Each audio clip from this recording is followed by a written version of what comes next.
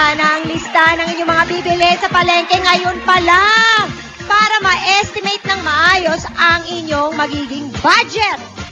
And speaking of palengke, isang malapalengking usapan ang magaganap ngayong umaga dito sa SIS.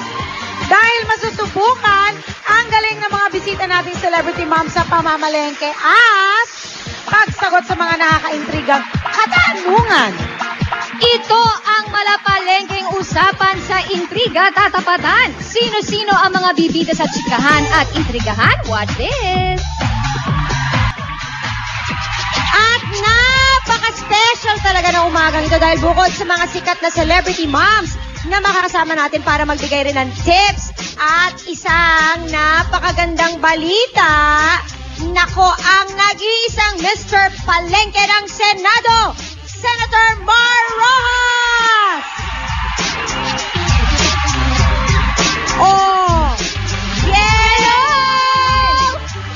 Mga sisilamat senator in the Good house! morning po, Senator! Welcome to SIS! Good morning. Good morning! Good morning. Jelly. Good morning, Ay, dito Senator. po kayo, sir. First time sa SIS. First time. First Tuwan-tuwa time sa ako. sis. Thank you very much for having me. Kim, welcome back!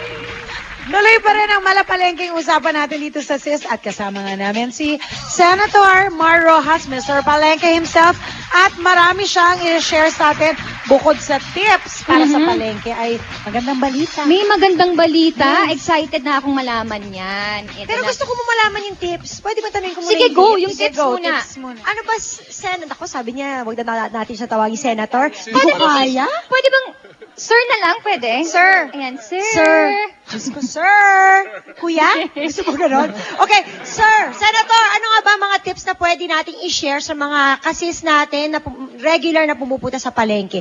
Actually, kanina meron siya sinabi sa atin, pero pwede niya ikwento sa kanila yung tungkol sa kilo-kilo yan. Yung timbangan, kung tama ba yung timbangan nung kanilang Yan ang suki? hawak-hawak ni Jelly. Isang 1 kilo na weight. No? Yan ang test weight ngayon ng DTI. 1 kilo yan. Pero madalas sa ating mga mamimili, kung umiikot sila, Yes. hindi naman nila masiguro na yung timbangan ay nasa tama. So maaari na kumuha sila nung evap, isang latang evap. Evap. At yun, more or less, kalahating kilo yon. So kung nagdududa sila doon sa timbangan, Timbangan. na kinagamit nila, pwede nilang Magdala kayo ng i-testing yun. gamitin Ay, pantest. Evaporada. Oo. Ayan. At meron din sa may patakaran ngayon, lahat ng mga palengke, meron timbangan ng bayan. Yan ay separate na minomonitor talaga, nakalock yan, at sigurado na pwede So, rin hindi i-test talaga ito. nilang madadaya Hindi yun. madadaya nila yung Kung medyo timbangan ng napapag-isip ka timbangan. at hindi ka Oo. talaga makontento, Pwede mo siyang sabihan na gusto mong dalhin sa timbangan ng Tama. bayan. Kasi halimbawa sa bigas, no? Last year, ang murang pangkaraniwan na bigas is about 20 pesos ang kilo, 2022. Ngayon, ang regular ay 25 pesos na ang kilo. Ang laking diferensya Yes. niyan, so no? dapat talaga tamang-tama yung Ang makukuha timbang. mo. Oo, kasi syempre tayong mga misis, syempre diba budgeted yan eh. So talagang dapat tingnan talaga natin kung tama yung kanilang yung timbangan, hindi ba? Right? Right. O, eto na. Okay, go. Eto na, sir.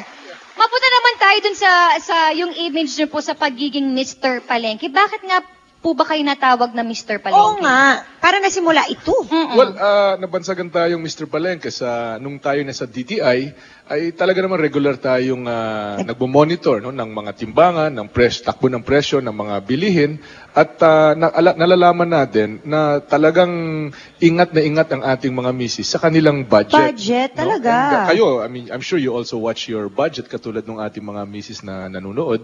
At konting diferensya lang sa presyo, malaking impact Kasi kaagad pwede yan, no, mong ilagay kanila. sa ibang ano yan eh. Eksakto, no? So mahalagang mahalaga na para sa ating mga misis, sa ating mga pamilya, sa kanilang mga budget, na namomonitor natin at itong mga presyo ay mananatiling stabilized. Kung taas ba katulad ngayon, bare months na, papasok na yung Pataas na yan. papasok na mataas yung na, oo. yung Pasko. Oo. Halimbawa yung manok kanina sa contest ninyo, no, mga 110, 115. Ngayon pa lang may mga bali-balita na nagkaka-shortage para magkaroon ng dahilan Para kuno itaas na- pa. na itataas yan. So babantayan talaga natin, mag-comparison shop tayo. Kasi kadalasan isang pwesto, 2 pwesto lang ang layo. May diferensya na May diferensya na sa kailangan presyo. talagang conscious tayo. Anyway, Senator, ano po itong bagong Senate bill about quality and affordable medicine na isang magandang balita para sa ating lahat. Naipasa na nung Senado at balita natin, minomonitor natin sa House na patungo na rin sila sa pagpasa nitong cheaper medicines bill na magiging batas na kung saan mas magkakaroon ng kompetisyon sa mga gamot dito, sa branded, sa off-patent, patented, at pati na rin sa generics. Sa ganung paraan, because of the competition, magiging mas abot kaya itong Ay, mga that's gamot. lovely. That's good news Good talaga. news talaga yan sa ating mga kasis out there. Sir, paano naman po ito makakatulong sa ating mga mahihirap na kababayan? Well, para sa ating mga kababayan, lalong-lalo na sa mga mahirap, may mga karamdaman, madalas unang-una tinitiis na lang nila yung Oo, sakit yes, oo. nila. No? Papabukas Number na lang nila. Okay pa naman, buhay pa naman ako. Okay, sige na. O di kaya, kung bibigyan sila ng antibiotics 7 days, twice a day, siguro 3 days lang kung hanggang saan kaya lang Ng budget. ang paggastos nila rito. Magiging mas abot kaya itong mga gamot na ito, magiging mas malusog sila, makakapaghanap buhay, maginhawa ang kanilang kalusugan at magiging mas okay. Halimbawa, Johnny, sabi mo yung mga anak may asthma, no? Merong gamot salbutamol. Yan ang sa hika ba? Sa mga bronchial. That's a spray, no? Yung inhaler, no? Dito sa atin, pangkaraniwan, that's about 220 pesos bawat inhaler. Pero yan, sa ibang bansa, exactly the same. Salbutamol din, ang pangalan, branded ito. Parehong-pareho. Parehong-pareho, 140 lang. Ay, Ay, bakit Isang ang mahal linggo. sa atin? Bakit pa buta dito mahal na? Wow. Dito kasi may monopoly eh. Kaya sinisikap natin na magkaroon ng kompetisyon para maghibanga yung monopoly na yan. Ayan, Oo. gawin na yan. Ay, naku, gawin na natin Exciting yan. Which will push them To lower the the prices prices. of the medicine. Mapipilitan Ayun sila naman po. magbaba presyo. Oo, kasi Senator may Mer- competition na. Senator, meron pa ba kaming dapat abangan na katulad ng bill na yan?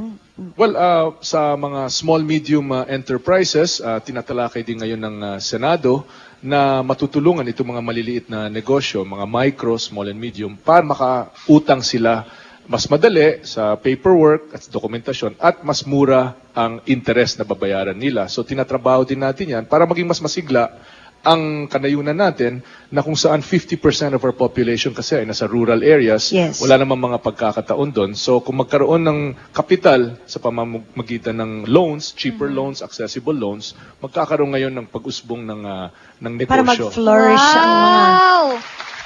Magandang balita yan. Anyway, thank you, Thank you, Senator maraming Maros, salamat. for your good ideas, saka yung mga tips niya, At mga saka, kwento. Senator, pag meron kayong bagong balita, punta lang kayo dito sa SIS. Yes. Mamalengke tayo muli. Welcome na welcome po Malengke kayo dito tayo. sa SIS.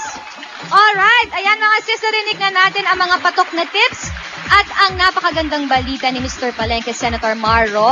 Sa pagbabalik namin, naku, magpapatuloy pa ang masaya at exciting na palengking usapan dito lang sa SIS!